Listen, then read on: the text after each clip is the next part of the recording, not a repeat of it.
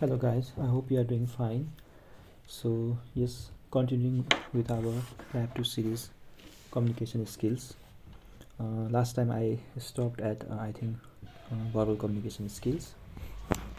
So today I'll be continuing with the rest of the topics. Okay, so without wasting a time, I'd like to continue with the verbal communication skills. And please, whoever watches the videos, if you think this is helpful in any way, please do subscribe and try to share among your friends so that I get some motivation to make some more videos. I'll be covering every topic from the PLAB 2 series, like whatever notes I have prepared myself during my PLAB 2 journey. So besides the mannequin examination part, I think I'll be able to cover rest of the topics. If you follow my videos, then I think it should be more than enough to just get you through the history taking and counseling, breaking bad news, this type of scenarios. Except the mannequin, of course, you need practice for the mannequin and rest of the procedure like pap smear, taking blood samples. That will be difficult for me to conduct in the videos, but the rest of the things I will slowly and gradually put all the videos. Okay, so let's begin. So talking about the verbal communications skills. So in this, so please do not get like demotivated by if you are just starting. Don't get confused with some haphazard topics. I'll just put the topics like step by step. So these are just the general information I'm just giving you in my previous videos, and this video it's just the general, just touching the surface. Detailedly I'll talk about everything, like history taking skills, how to start a station, like how to do introduction, what kind of introduction is needed in the different kind of scenarios, like that, what should be the flow of consultation. So it will come slowly. Okay, so this is just a general topic. Okay, so in verbal communication skills, you need to be able to use the empathetic phrases. I think I have talked about this in my previous videos as well. So you must make some phrases yourself. So these are the standard phrases that I'm going to say in this video, but you can make yourself also. Even if you feel like you don't want to make it, and you want to use these sentences, it is absolutely fine, but do not try to sound like repetitive, um, like from each and every sentence. Just don't try to say I'm afraid to say, I'm afraid to say. You have to mix these phrases, just like try to remember three or four phrases and try to mix them during the consultation. Try to practice with your friend, and you'll get habit of using these phrases. So number one, I'm afraid to say. So you'll continue after that. I'm afraid to say that you have diabetes. I'm afraid to say that I have some bad news. Okay, so next is unfortunately the results include bad news. So this is kind of a rather than saying unfortunately you have diabetes, it's better to say that okay, unfortunately the results include bad news, and it shows that you have some high level of blood sugars, like this. Okay, and the next is I'm sorry to say that we have found that you have a condition called diabetes. Pause for a second and see their response. It's just a matter of a fraction of a second. Do not just keep on saying that okay, I'm sorry to say that we have found that you have a condition called diabetes, and you do know about diabetes. Not like that. Just have a slight bit of pause, like call diabetes, look at his facial expression, and then, because some patient might have seen like the worst case of diabetes. Some might have seen their neighbors or their family members taking insulin, so they might get afraid and say, oh my god, I have diabetes. They might say this kind of response. The actor might give you this kind of like response, so you have to respond them according to their response. And some may just be like silent, and you have to say that okay, so do you have any idea about the so do you have got any do you have any idea about this condition, your condition called diabetes? And they will say no, I don't have. So let me tell you, and you can talk about it. Okay. So it is a beautiful example. Like we have just told the patient that he has diabetes, and the patient is asking, really doctor, do I have diabetes? We are not going to say yes you do. So this is a very bad thing to do. Okay, so this type of answer makes the doctor sound insensitive. It is better to be more sensitive by answering like this: unfortunately, all the results we have done so that you have diabetes. Or you can also say, I'm sorry, Jane, but that is what it is causing you symptoms. I'm really sorry that I have to tell you this. So you might think that this is like some, I don't know, like lengthy or anything, but believe me, these are the things that will make difference. I think if you have watched my previous videos, you might, I might have said, I must have said this. Everyone giving the exam has absolute like equal equal knowledge of their clinical diagnosis, management, uh, like investigations. Everyone will do these things correctly. So the thing that separates you from rest of the others is like these things, like how you are communicating with the patient, how, what sentence and what phrases are you are using. So that gives you slight bit of edge than rest of the others. Okay. Okay, so okay, now next point, you need to be able to speak loud and clear so that the patient can follow. Do not speak so low that the patient cannot hear you.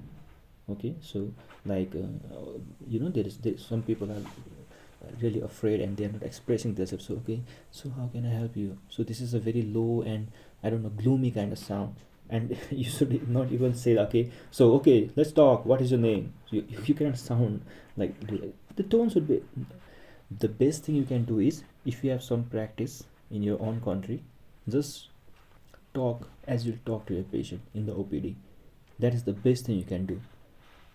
The language, the tone, you can just do that. you should sound you should sound confidence. So that is the main thing. Always try to make good eye contact. And yeah, okay, so, and do not show that you are fed up with repeating things to your patient. If the patient did not understand, it is your fault. It means that you did not make it clear. Therefore, do not say, I told you before. No, so you'll say that, okay, so sometimes you'll advise about the smoking, and at the last, if you ask about, okay, so how, are you ready for, so do you want me to like refer you for the smoking council in the next session, like that? And I said, no, like, what are you talking about, doctor? I don't want to do that. And you can't say that, like, I just told you, like, before the consultation that, but you were agreeing. You can't just quarrel with the patient. Okay, you say, rather you have to say that, I'm sorry, I did not make it clear. Basically what you need to do is, like, now talk about the smoking thing. So you are smoking, your smoking habit is getting injurious to your health.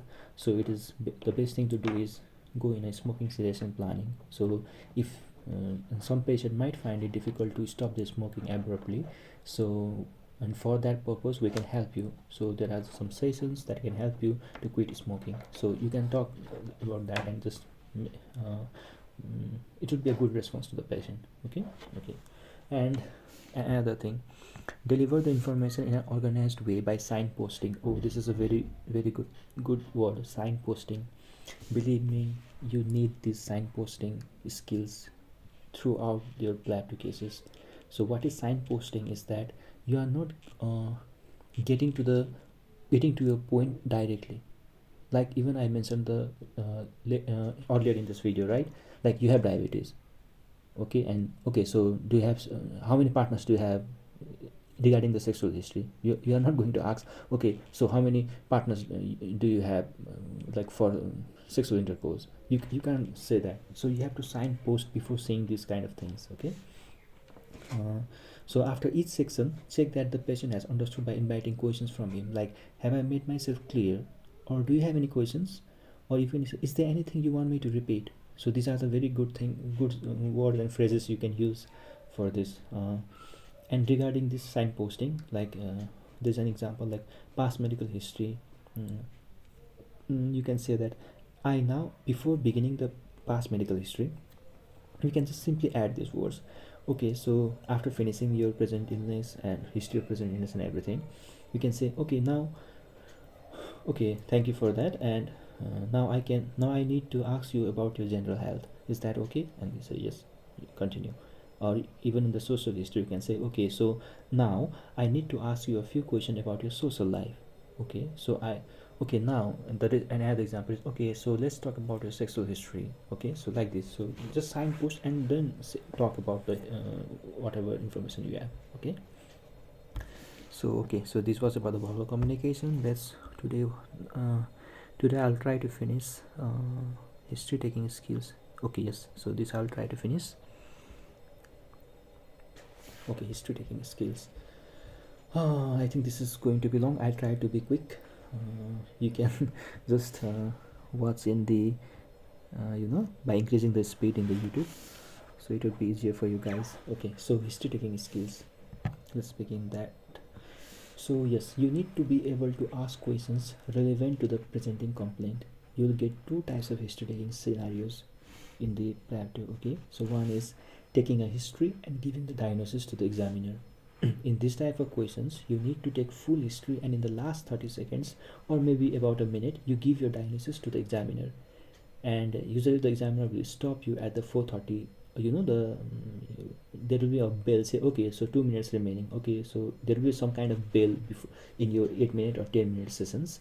In the exam there will be a bell, okay, so 2 minutes remaining, and at that time, okay, examiner will say, okay, stop and tell me your diagnosis. You can, it can happen like this way. Okay, and they will also ask the reason behind your diagnosis. So always make sure that the last 2 minutes is for diagnosis and management. Before that you have to complete the your everything, the history and everything. Okay, so and in those 2 minutes you have to tell diagnosis to the examiner and your reason for the diagnosis, and sometimes he may also ask you the management. So yes, and the second part is take a focus history and discuss management with the patient or with the examiner. So this is the same thing, just take your history before the last 2 minutes, and in those 2 minutes, if you practice this way, the last 2 minutes always for the diagnosis management. Doesn't matter if you have to tell to the patient himself or herself, or you have to tell to the examiner. If you have to tell to the examiner might stop you at the last 2 minute bell and say to you, okay, so what is the diagnosis. Just be careful that what is your role and what is your um, what is your role in the cubicle. The question will be just outside the cubicle, and I think you will get 1 or 2 minutes to read those questions, and just be mindful that what does the task ask you to do, whether it is to conclude the consultation with the patient or finish the consultation with the examiner. Okay, yeah. So okay, uh, you also keep in mind that like, do you obtain a clear picture of the effect of the symptoms on the patient's life, that is effects of the patient's symptoms on their social life and occupation, and do you pick up on the patient concerns and fears and explore this sensitive but thoroughly. Do you understand what I mean? Like, you have to pick up the patient concerns and fears, and you have to explore those things, like, but be careful, you should be very sensitive. You can't say that, okay, so what problem you have. Just be empathetic. Okay, just say if person is sharing some concerns, their fears, and okay, I'm so sorry to hear about that. I know it is I it's hard for me to be in your shoes, but I know it is very hard for you. And yeah, you can say this kind of things. So the next topic is, how do you start off history taking scenarios. Okay, so there are many ways. Some of the things, some of the phrases you can use is, okay, so how can I help you, what brings you to the hospital today, I understand that you have been having headaches. So okay, so this is example is that outside the cubicle it is written that the patient is having a bad headaches, and when you enter the cubicle he might be like catching his head and saying that, oh, my head is hurting, my head is hurting. And you can just directly go and talk about the history. You have to do the your grips. About the grips I'll talk about these things later in my next video, but yeah, you have to first grade, do some rapport building. You can just directly jump into the like consultation part. Okay, so at that time you can use this kind of words like, understand that you have been having headaches, I'm sorry to hear that, can you please tell me more about your headaches, something like that. Okay, if you say that, if you try to if you use like this, how can I help you, or what brings you to the hospital today, you could follow this up by another open-ended questions like, can you tell me more about your headaches. Okay, so this is a very good thing. Before leading question, always try to, whenever patient talks about his symptoms, like shares his problems, always first the question would be the open question, like let the patient speak what bad, what kind of symptom, what kind of problem he is having.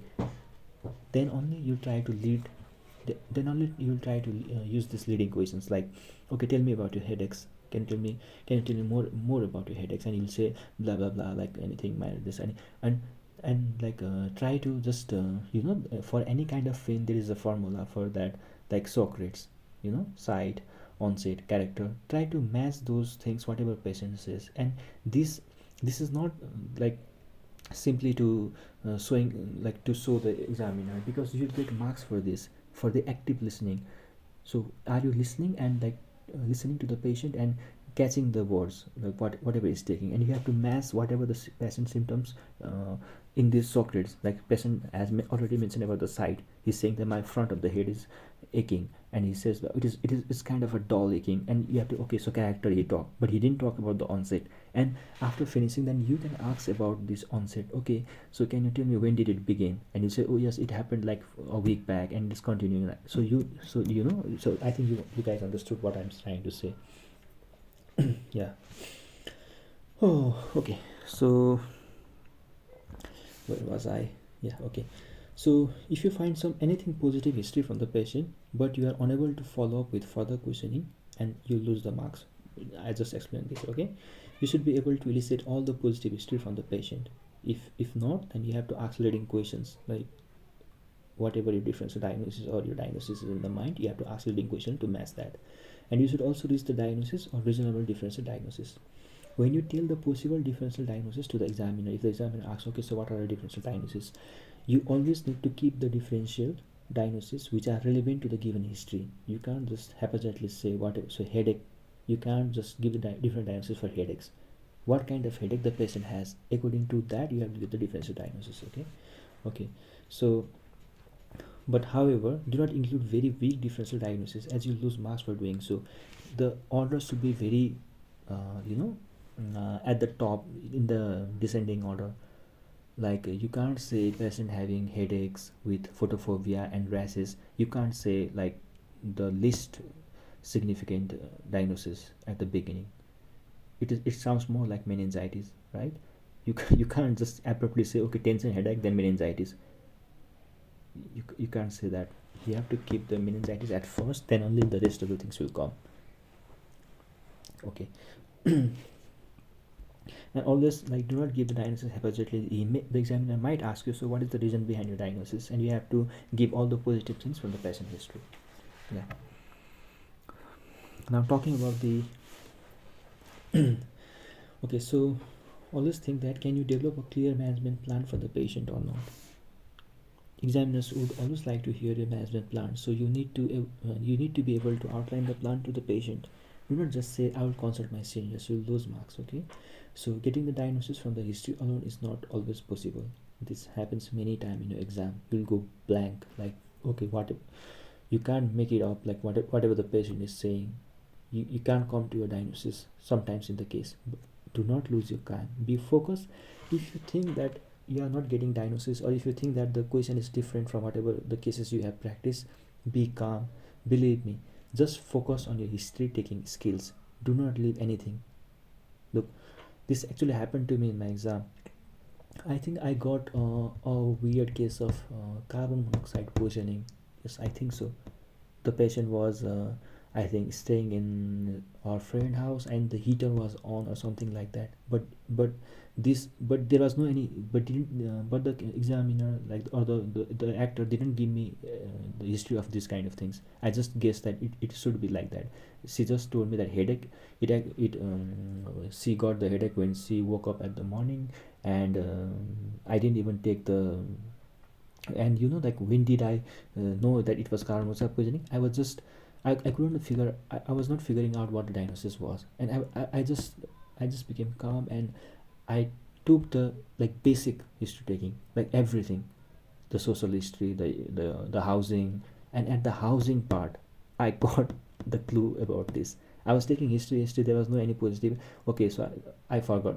So I thought that I'll just keep on going. So she was a call, and I even took the menstrual history, everything, personal history, and then and the social history. I talked about the housing, and she told, no, I stayed at my friend's house. Okay, so I told, okay, so like why did you go to the friend's house? So do you not live in your own house or something like that? I just asked, and she said, no, I went for a party and all of her friends were like sleeping on the floor, and it was very cold night. And then she gave the positive history. It was a cold night and we used the heater, and then it struck me, okay, heater and carbon monoxide poisoning, headache. So from that I understood that it was carbon monoxide poisoning, something like that. Okay, yeah, so it is very important. If you could not figure out the diagnosis, stick to your regular history. I'll talk about this, what are the main parts of the history taking, in another video, but yes, your history taking is very important. And yeah, do not, okay, so if you don't know, then do not say that I'll consult my seniors. There are times when you're almost 100% confident about the diagnosis, but there will be times when you have like 2 or 3 different diagnoses, each of which could potentially be the correct diagnosis. The question will tell you whether you have to give the diagnosis to the examiner or the patient. I will talk about that. So in the situation where you need to give the diagnosis to the examiner, you must give your opinion. So I think I don't have to elaborate this. I have already talked about, I'm not sure of the diagnosis. Okay, so sometimes when you talk to the patient and you are not sure of the diagnosis, you can tell few things which could present in a similar manner, like, okay, so you can say that what can I say? Okay, so you can simply say, I'm not sure of the diagnosis, but there are a few things which could present in a similar manner. So whatever the symptom you are facing, there are some so there are some conditions that could present in similar fashion. So you can just say a differential diagnosis in there, and that you'll do further investigations and you'll come back with more answers. In cases where cancer is not the likely diagnosis, you can tell the patient what type of possible causes you have in mind. Like for example, where a patient presents with testicular pain and where testicular torsion is the likely diagnosis, the likely diagnosis could be explained as follows: like, from what you are telling me, it's likely that you have a condition called testicular torsion. So wait, pause a second and then explain. So this is a condition in which the testis twists around itself and the blood supply is cut off. But it could also be other things like infection or inflammation of the testis. So this is the best thing you can do. So examiner also listens that you have at least a diagnosis like testicular torsion, but you are not certain, because to find it you need some USG evaluation, which you cannot do at the moment. So you are also, but we are not even worrying the patient by saying testicular torsion is an emergency, you have to go to the operation. We are also giving, okay, so but it could also be a normal case of like infection or epididymitis or like anything, orchitis. So we need to examine you and perform some tests to rule out other causes. So the examination or investigation confirm that this is testicular torsion, you will need to go for an emergency operation. Would that be okay with you? Okay, so this is the kind of response you give to the patient. You cannot alarm the, so why not just say that it is a testicular torsion, because you cannot alarm the patient unnecessarily with a serious diagnosis like cancer. If you have a high index of suspicion of cancer, you need to wait until the diagnosis is confirmed before you can tell the patient he or she has cancer. It is not a good thing to tell the patient, I think you may have breast cancer, because this is a devastating thing for a patient, in the patient perspective, like dealing with the cancer. Okay, so in such cases it is better to say, it is difficult to say definitely the cause of your symptoms. It is difficult to say definitely the cause of your symptoms. There are a number of things which can cause your symptoms, but it is necessary to do the investigations as soon as possible, so that if you need treatment, there will not be any delay. If the patient asks you about the possibility of cancer, you need to answer the questions, but at the same time you have to refrain from giving false information or false reassurance. For example, like, you cannot say that okay, so no, you don't have cancer. You cannot say that, because if you say, then patient will be reassured, and when the test results comes back positive for the cancer, it will be it would be a bad thing to say to the patient, like, okay, so I'm sorry, I did mistake, you have cancer, because the last time, in the last consultation, you told, okay, so there is nothing to worry about. So yes, like, always remember, if patient asks you a question which you do not know, don't say yes, don't say no. You have to be in kind of a middle. So yes, it could be that might be the possibility, but we are not sure at the moment. We'll do some investigation and find it out, and I'll get back to you as soon as I can. Like, you can say this, like, not yes, not no. You have to stick in the middle. Like, there's an example like this. Okay, so doctor, could it be cancer, doctor? Patient asks, and you have to say, okay, unfortunately, cancer is one of the things that could cause this type of symptoms, but as I said, there are a few other things which may present with similar symptoms. We need to do some investigations as soon as possible, so that if you need treatment, there won't be any delay. So yes, okay. Let's talk about some management tips. Okay, always tell the patient the purpose of the treatment, whether it is to cure the disease or to reduce its progression. So this is a very, very important thing to do regarding your management section. Okay, so whatever you're trying to explain, you can't say untreatable condition. Okay, so the treatment for this case is this, because there are some conditions which you cannot treat, like COPD, you know. So in such cases, you'll try to reduce its progression, not treat. So you have to be mindful of the term, mindful of the term, the treatment. So we are going to treat you with this. So treat is treatment. We are finished. We are omitting the disease. So be careful what the word you choose.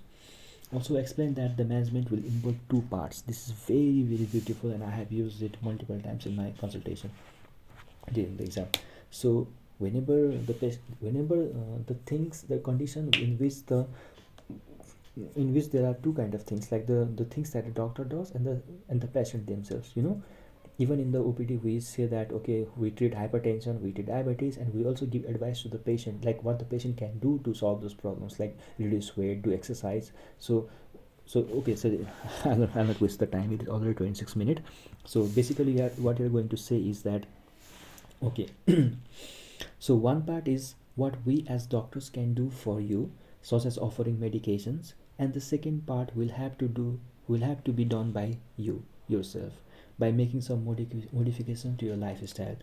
Is that possible for you? Yeah, okay. So the patient will say, yes, of course, doctor, I want to know what can I do. And you have to say, okay, so you have to reduce your weight, do exercise, something like that. Okay, in the medical treatment, we'll give you some medications which can clear these infections, or there are some medications which can help you with the disease. Unfortunately, this medication can only help to slow down the progression of the condition. It cannot cure it. Okay, so you have to be clear about it, whether you are giving medication to treat it, or you are giving medication to reduce its symptom or reduce its progression. Talking about the lifestyle modifications, here you need to find out the habits of the patient, like smoking, which will already be asking in his personal history, like smoking, eating habits, drinking alcohol, etc. And you have to advise accordingly. So there are a few lifestyle changes you might need to make in order to reduce the progression of this condition. Can I ask you a few questions? Do you smoke? Do you drink alcohol? So this is only valid if you have not taken a proper history. So what happens is, during the heat of the moment, you just keep focusing on the patient present illness, and you forget about asking about the smoking and drinking history. So this is a very good example. If you forget, then you can, like, ask even at the last of the consultation. You lose some marks, but it's better they're not saying at all. So there are a few lifestyle changes that you might need to make in order to reduce the progression of the condition. And suddenly you remember, okay, I have not asked about the lifestyle thing, so I don't know whether the person smoke or drink. And then you can add this beautiful word. Can I ask you a few questions? Do you smoke or do you drink alcohol? So you'll not lose this marks about the lifestyle. Okay. And okay, so as soon as you find out the patient has a bad habit, you need to address it there and there. Do not take the history of all the risk factors, habits, and then start counseling at the end. You might not have enough time at the end. For example, when talking about the smoking, you can say, okay, so there is some example. This is a beautiful example. Okay, so okay, yeah. So do you smoke, Mr. Jones? And the patient will say, oh yes, doctor, I am a chain smoker. So chain smoker. So this is already enough clue that that his smoking needs to be stopped. So what you can say is that, well, Mr. Jones, have you ever thought of stopping smoking? The patient said no. Okay, and the doctor will, and you will say, okay, I would strongly recommend that you try to stop smoking. Do you feel that it is something you can try and do? So look, so it's a beautiful sentence. No any harsh words, no any forcing of the treatment. So this is a very good, you have to learn this kind of things, so you have to read about the cases, more cases and the scenarios. So this is a beautiful way to say, okay, I would strongly recommend that you try to stop smoking. You are not saying okay you have to stop smoking, it sounds very direct and rude. I would strongly recommend that you try to stop smoking. Do you feel that is something you can try and do? It sounds so sweet, no? Yeah. And the patient will say, okay doctor, I can try, and comment on that, like comment him, his person is being positive. So excellent, we have a lot of services that you can have that can help you stop smoking. I'll refer you to our smoking cessation clinic, will that be okay? Yes. And patient will say absolutely doctor, that will be fine. Or the patient sometimes may respond differently, like doctor say, have you ever thought of stopping smoking? And no doctor, I do not want to stop smoking. All right, just to let you know that you have ever thought of stopping smoking, we have a lot of services available to help you quit. Okay, so if you have any problem like that makes you not want to stop smoking, we have different kind of services that can help you quit smoking. So and why you are saying these words? Because okay, remember, this is not a stop smoking cessation scenario. It is simply came in your history, and you asked the person, okay, so do you want to, so have you ever thought it would be a good idea to stop smoking? The person might say, no, I don't want to stop smoking. You are not going to make this station about smoking cessation station, just short. Okay, all right, so that is okay. If you don't want to stop smoking, it is okay, because you have another issue. He has headache, or he has stomach ache, he has some other problem, the varicose vein or diabetes. So you are not going to focus all your rest of your time in talking about this topic. It's a simple word. Oh, okay, all right, that's okay. Just to let you know, it is a good idea to stop smoking. And if you ever feel that you want to stop smoking, we have various services available for you to quit. And yeah, you can just use this and say and continue on your rest of the questions. Okay, leaflet is very very important. So although I could not give any leaflets during my real exam, it is always great to have some additional marks.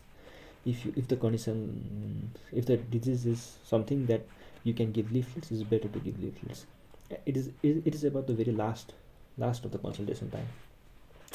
Like you can say, I know I have given you so much information for a short period of time. I'll give you a leaflet which contains all the information I have given you. You can read it, and if you come up with any questions, please let us know. We are more than happy to explain things to you. Yeah, even if these steps in counseling are true in most of the cases, some patients have got specific questions which they might want the doctor to explain, so consultation may not necessarily follow the pattern. Okay, like you can say, so this is about the leaflet kind of thing what I have told. And yeah, for example, a patient with celiac disease may be interested to know about the complication of the disease. So patient will say, doctor, does celiac disease have any complications? And please wait for a moment, I'll come to that point. I need to tell you that they were treatment first. This is not a good response. So although your station is about talking about the diagnosis management plan, if the patient is asking you or showing any concerns, you have to like address those concerns. You cannot like make it aside. Okay, even your station is different. If the patient is asking this, then there might be some twist to the scenario. You have to address the patient concerns. Okay, so patient may prefer a different order. For example, his first question might be, what are the possible complications? So you have to address this concern at this time, because this is what the patient is concerned about. But if he's not asking any questions, you can follow the steps whatever I talked about, like first history taking, management, diagnosis, management, and at the last leaflet, anything like that. And you might add, okay, so there might be some possible complications of the disease, so you would like to know about it. And patient will say, yes, I want to know about it. And you can say about the complication of celiac disease, anemia, the lashes. There are a lot of complications of celiac disease. Okay, so this is just a quick before concluding my video. I'll just give some important tips. So if you have just started preparation, you might be confused about the referral terms. So emergency referral means within 24 hours. Immediate referral means right now, same day, like we are going to refer immediately my patient. Okay, Urgent referral. Most of the time urgent referral is 2 weeks, and it is for cancer. Just remember, urgent referral, cancer. And routine referral for routine tests like any blood test, simple test, 18 weeks. Very urgent is in the middle, like 3 days. You know, very urgent is, it is just remember these words. The most important one is urgent. Cancer, 2 weeks. Just remember this. If you forget rest of the things, doesn't matter. Urgent is 2 weeks. Okay, I think the video is quite long. In the next video, if you guys like my videos and give me some likes and subscribe and share among your friends, the next time I'll be talking about starting a station. This is the intro, and after that, flow of the consultation, how it just goes. Then I have lot of notes. Okay, I'll just keep posting it whenever I get time, because I'm working right now and it is hard to manage some time. And whenever I get time, I'll just keep posting about this PLAB 2 series. So there are a lot of things I have to share with you, but day by day. Okay, so good luck with your preparation. See you next time. Good day to everyone. Please do subscribe and share among your close friends if you like my videos. I'll try to be more I don't know, like more, I want to make these notes more attractive and for you guys to read, but I don't want to waste my time. So I just want to share my this whatever the notes I have made first. And if my videos get appreciated, I'll also try to make good notes and good presentation of my notes later on if I get some time. But for now, for this first trial, I'll just try to share my notes in this kind of manner. Okay, so if you want to give me some suggestion, you can comment. And yeah, I think it is quite long. Okay, see you guys, bye.